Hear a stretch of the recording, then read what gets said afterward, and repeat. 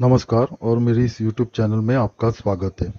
Gita press के कल्याण मासिक का जो जनवरी 2022 का कृपानुभूति अंक है, उसके तहत जो मैंने सत्य घटना पर आधारित कहानियों की श्रृंखला में लाता हूँ मैं, उसके तहत आज मैं प्रभु श्री रामचंद्र जी की कृपा श्रीमती सरिता जी शुक्ला पर कैसे हुई उनकी जिंदगी में, वो जो छपी हुई है कृपानुभूति अंक 2022 का, उसमें वैसे की वैसे आपको मैं आज पढ़ के सुनाऊंगा। ये बहुत ही रोचक कहानियां रहती है जिससे अपने जीवन में भक्तिभाव निर्माण होता है भगवान के प्रति।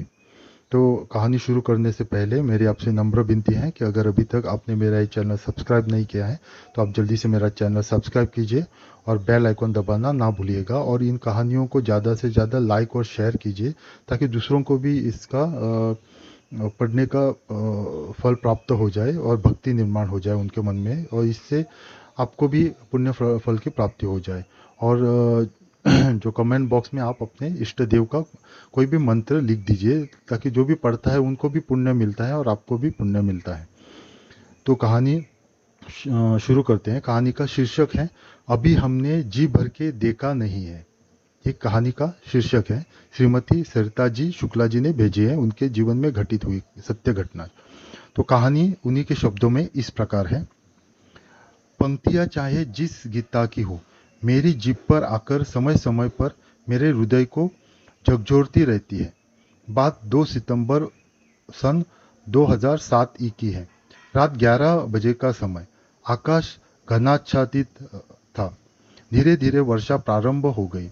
मैं स्कूटर से अपने पति और 10 वर्षीय पुत्र के साथ घर आ रही थी।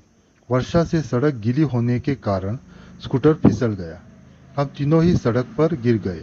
शायद नाम जाप के प्रभाव के कारण मुझे और मेरे पुत्र को खरोच तक नहीं आई, किंतु मेरे पतिदेव की जांघ में हैंडल इतनी जोर से लगा कि ये बेहोश हो गए। मैं और मेरा पुत्र किंकर्तव्य मूढ़ थे।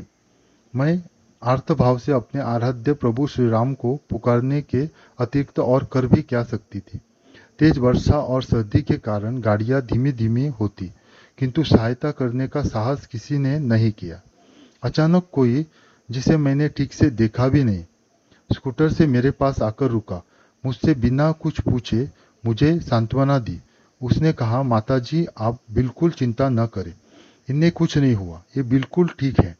यहाँ भीगने से इनकी तबीयत खराब हो जाएगी, मैं इन्हें सामने कॉलोनी में पहुंचाए देता हूँ। यह कहकर उन्होंने मेरे पति को स्पर्श किया। ये तुरंत होश में आ गए।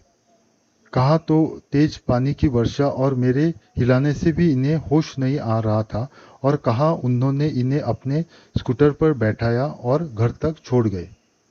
कुछ देर बाद मैं भी उस कॉलोनी में जा पहुंची। मैंने इन्हें उस कॉलोनी में जाकर ढूंढा, किंतु लोगों ने बताया कि ऐसा दुर्घटनाग्रस्त कोई व्यक्ति वहां नहीं आया। मुझे उस महान आत्मा पर संदेह होने लगा कि मैंने अनजान व्यक्ति के साथ अपने अबोध पुत्र और पति को भेज दिया। इसके थोड़ी ही देर बाद मुझे विदित हुआ कि उन्होंने दोनों लोगों को सुरक्षित घर पहुंचा दिया था। मैं बाद में सोचती रही कि मैंने तो प्रभु श्री राम को ही पुकारा था। सर्दी और वर्षा की उस रात में जब कोई भी सड़क पर रुककर सहायता के लिए तैयार नहीं था, खाली स्कूटर लाकर किसी ने और क्यों आकर मेरी सुहाग की रक्षा की। आज भी मुझे कष्ट इसी बात की है कि उन्होंने माताजी संबोधकर मुझे भ्रम में डाल दिया। यदि उन्होंने मुझे बहन जी कहा होता तो शायद मैं अपने जीवन भर की साधना सार्थक कर उन्हें पहचान लेती, किंतु सोई जानई जेहि देहु जानई के नियम के अनुसार संतोष करना पड़ता है। अनुभव आज तक का यही है कि वे अनेक बार मेरे सामने आए, किंतु जब जब वे मेरे पास मेरी सहायता करने के लिए आए, अपनी सांसारिक दृष्टि के कारण मैं उन्हें पहचान न सकी। एक ही वेदना दिल में दबाकर जी रही हूँ, अभी हमने जी भर के देखा नहीं है। ये इतनी तक कहानी खत्म होती है। श्रीमती सरिता जी शुक्ला जी ने भेजी है ये कहानी, जिसका शीर्षक है अभी हमने जी भर के देखा नहीं है।